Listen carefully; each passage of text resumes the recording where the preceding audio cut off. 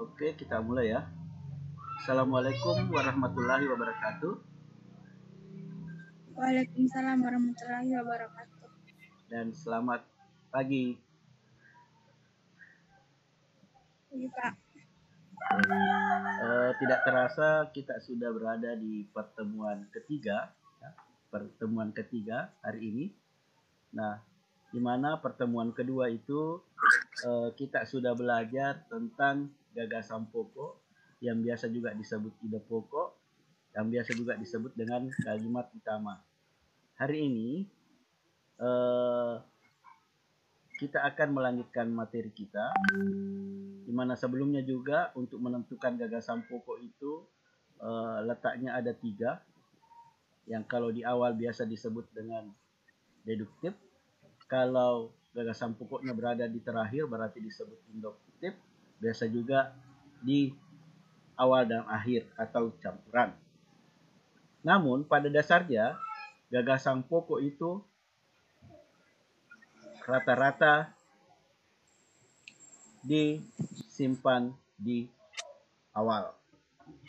Nah, sekarang kita akan kembali melihat materi. Sudah pinjam buku belum? Sudah. Sudah ya? Sudah. Oke. Saya kira sudah dapat giliran meminjam buku. Oke, silahkan. Kita ke materinya dulu. Materi kita itu sudah di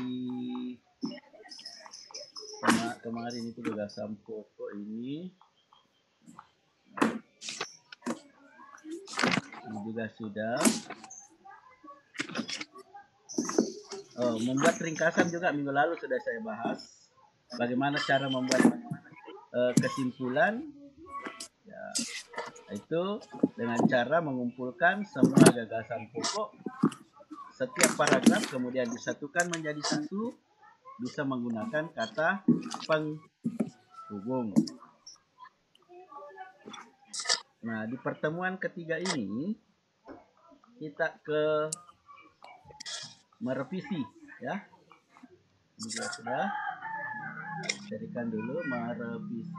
Ini menyimpulkan sudah. Nah, ini.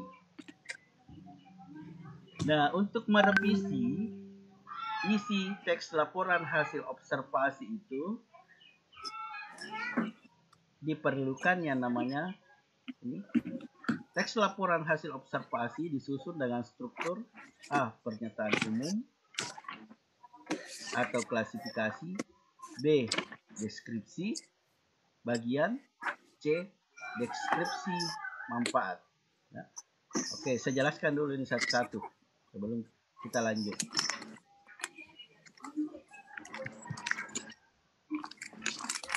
Oke, saya jelaskan dulu satu-satu. Jelaskan satu-satu dulu.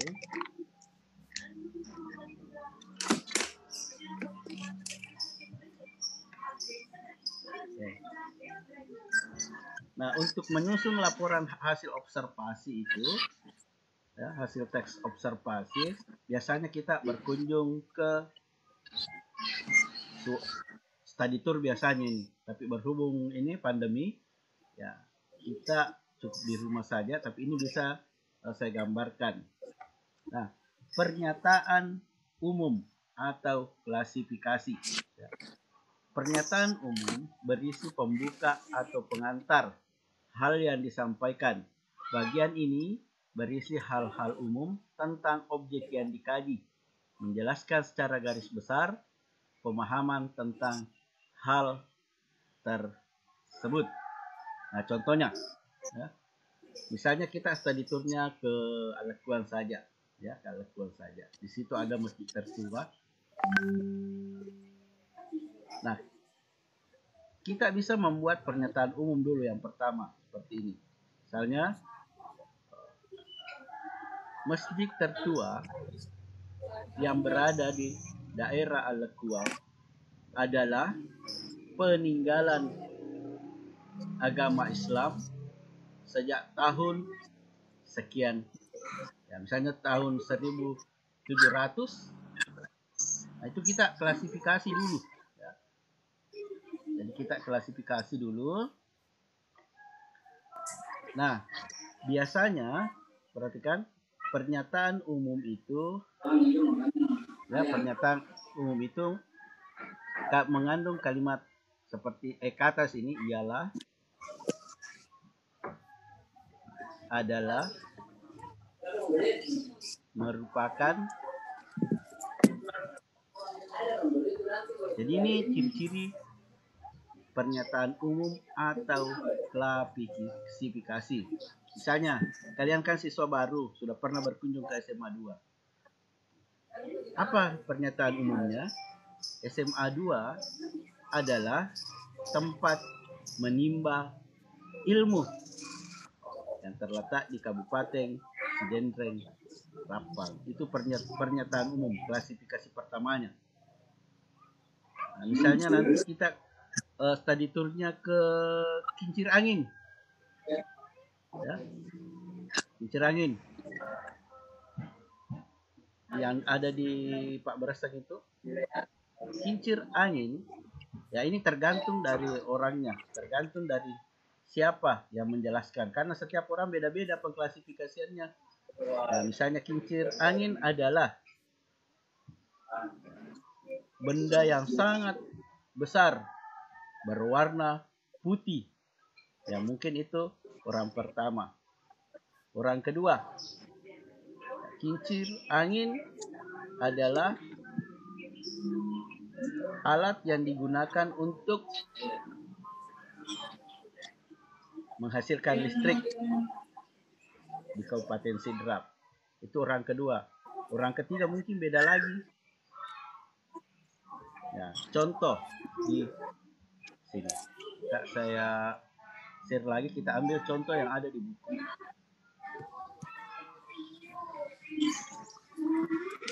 Nih. Jadi pernyataan umumnya ini atau kalimat pengklasifikasinya ini.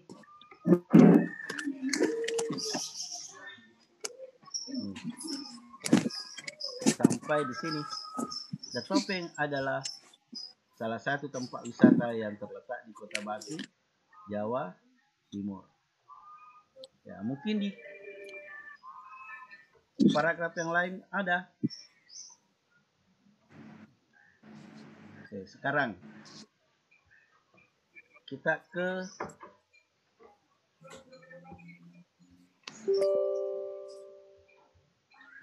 saya stop dulu ini, kita ke yang tadi lagi.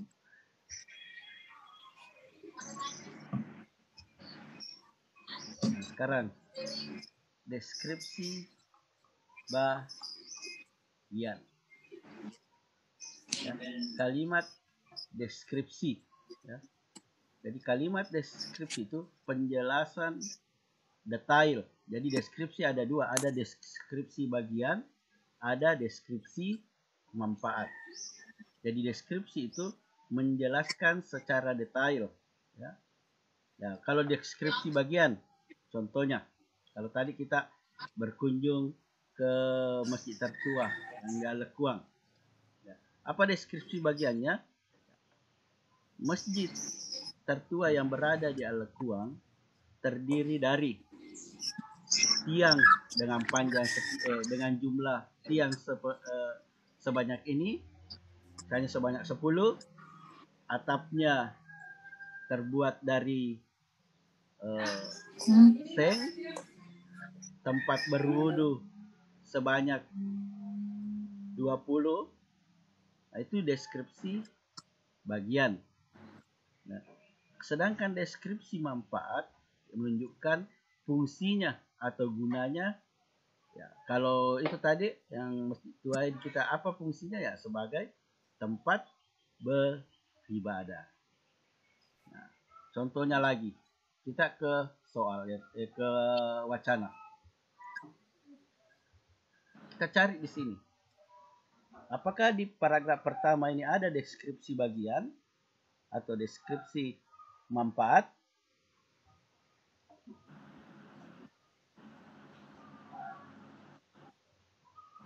Nah, ada. Ini. Sebagai museum. Ini fungsi deskripsi manfaat. Jadi topeng ini berfungsi sebagai museum. Kita lihat lagi di paragraf kedua. Apakah di sini ada deskripsi manfaat atau mungkin pernyataan umum?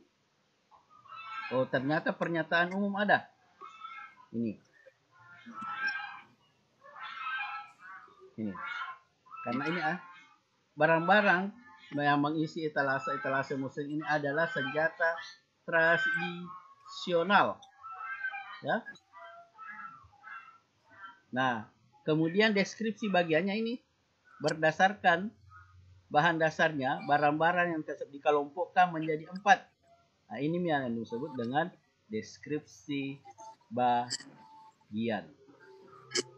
Tapi di sini tidak ada deskripsi manfaat. Ini pembagiannya. Kita lihat lagi di paragraf berikutnya. Apakah ada pernyataan umum? Oh, ternyata ada. Adalah barang-barang kuno sampai di sini. Apakah ada deskripsi bagian? Ternyata ada. Barang-barang antik seperti gigi tua, kursi antik. Nah, apakah ada deskripsi manfaat? Kita lihat biasanya deskripsi manfaat itu disimpan di paragraf terakhir. Fungsinya. Oke. Apakah ada di sini? Oke, tidak ada. Nah, coba lihat di sini. Kita lihat. Tadi fungsinya deskripsi manfaat sudah ada, yaitu sebagai tempat menyimpan. Kita ke sini dulu. Berikutnya fungsi. Coba lihat, apakah kamu menemukan di sini pernyataan yang menyatakan manfaat atau fungsi? Maka itulah yang masuk ke dalam deskripsi manfaat. Kita langsung ke soalnya.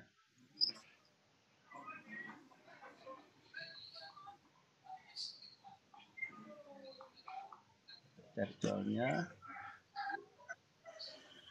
Nah, ini tadi. Pernyataan umum disajikan dalam bentuk kalimat definisi. Yang menggunakan konjungsi adalah, ialah, yakni, merupakan, yaitu. Ini ya.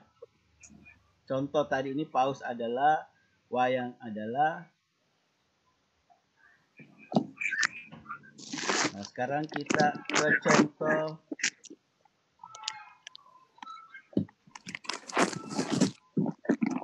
deskripsi bagian.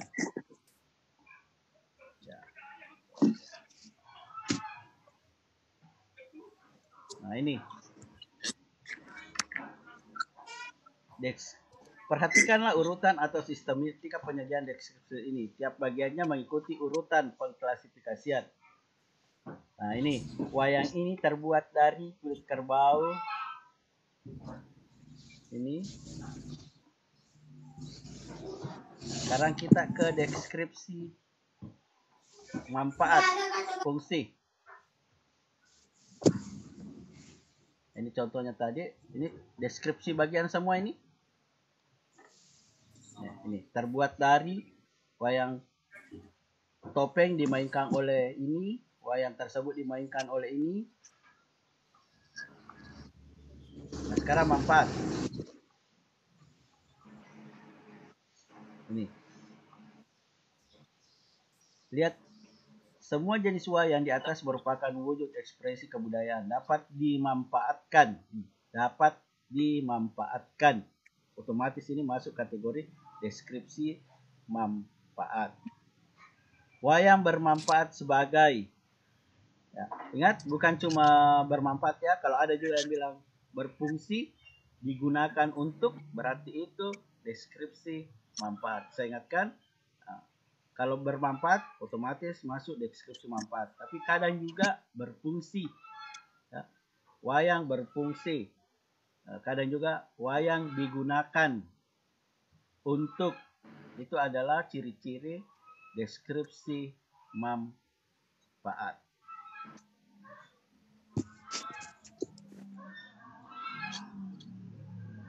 Oke, sampai di sini ada yang mau ditanyakan?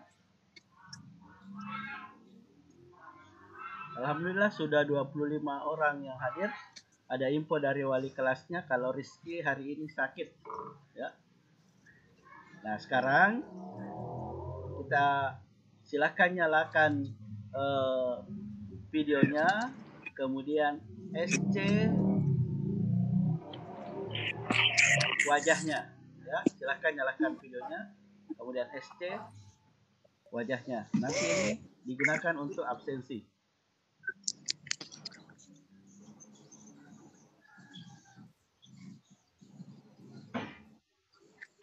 Saya kasih waktu 2 menit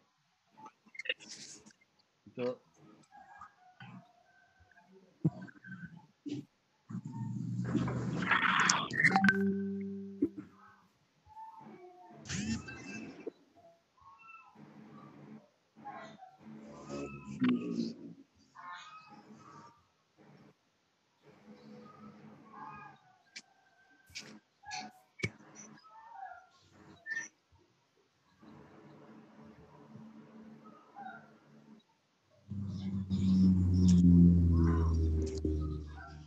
Oke, sudah ya. Terima kasih yang sudah screenshot. Oke, saya simulasi dulu bagaimana caranya nanti absensi. Saya perlihatkan caranya. Oke, ini bar. Nah, ini nanti formulirnya untuk absen. Jadi, silahkan pilih nama Anda. Tidak mengetik. Jadi, kamu tinggal pilih. Namamu sudah ada semua di sini. Ya. Jadi, tidak mengetik lagi. Silahkan pilih nama Anda. Jadi hati-hati. Misalnya Temi, dia pilih Reski. Atau Rasti, dia pilih Temi. Hati-hati. Kalian nanti tinggal pilih nama di sini. Ya. Kemudian, ya misalnya Alia. Pilih Alia. Kemudian, jenis kelamin. Tinggal pilih juga. Puan. Ini pertemuan keberapa? Tiga.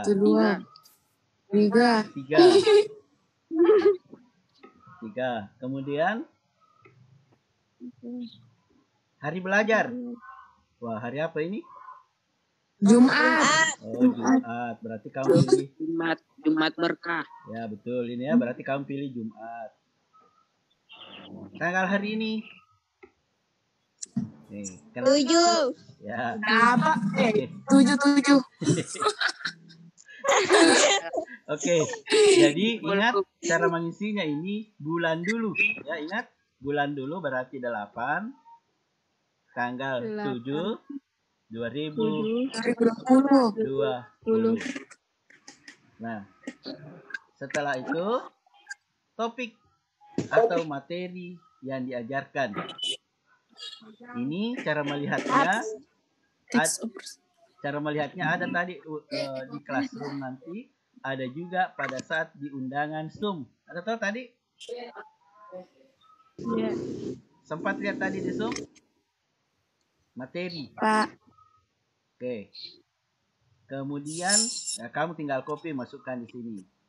Kemudian di sini terakhir tambahkan file. Apa filenya? Bisa percakapan WA, bisa SC, Zoom. Kalau SC WhatsApp itu kalian bertanya dulu atau apalah, kemudian kelihatan namamu silakan SC. Itulah yang kamu lampirkan.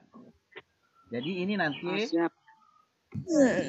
jadi sudah tidak bisa itu seperti yang kemarin itu, ini nanti terbuka setelah saya beritahu ada di jam terbukanya. Jadi nanti ini tidak bisa lagi diisi setelah lewat jam 9.45. Jadi kamu panjang waktunya untuk absensi, ya. Pak. Oke. Jadi sekarang belum bisa absen ya, belum bisa. Ya, nanti saya infokan kalau sudah bisa. Itu tadi simulasi saja. Oke. Kalau tidak ada yang bertanya, saya simpulkan kembali materi kita hari ini. Jadi materi kita hari ini membahas tentang bagaimana merevisi Namun dalam merevisi itu diperlukan yang namanya pernyataan umum dalam suatu observasi. Jadi ingat, laporan teks hasil observasi itu dilakukan apabila kita melakukan kunjungan ke suatu tempat. Ya, nanti akan ada video saya share, tolong disimak baik-baik, itu lebih jelas lagi. Kemudian ada deskripsi bagian yang menjelaskan bagian-bagian dari pernyataan umum. Biasanya deskripsi bagian itu mengandung kata terdiri dari, terbuat dari, terletak di sini. Itu ciri-ciri deskripsi bagian. Kemudian deskripsi manfaat. Ya, deskripsi manfaat yaitu manfaatnya, fungsinya, gunanya, untuk itu ciri-cirinya. Oke, ada yang mau bertanya sebelum kita lanjut ke WA? Silahkan nyalakan mic-nya. Tidak ada, Kak. Tidak ada ya? Oke, sudah pernah ketemu wali kelasnya belum? Sudah. Ada yang tahu namanya? Adnan. Nah, itu teman saya dulu, ya, teman saya. Salam saja kalau ketemu, bilang salamnya Pak Senal, teman Pak. Kan kita tidak boleh ketemu sekarang, ya. Ketemunya di Zoom atau di aplikasi daring. Jadi untuk saat ini nanti rekamannya kalian bisa lihat bagaimana penampilan saya tadi pada saat belajar bahasa Indonesia. Seperti biasa akan saya share linknya. Oke. Karena tidak ada lagi yang mau bertanya, dengan mengucapkan alhamdulillahirabbil alamin, pertemuan ketiga saya tutup, saya akhiri. Assalamualaikum warahmatullahi wabarakatuh. Waalaikumsalam warahmatullahi wabarakatuh.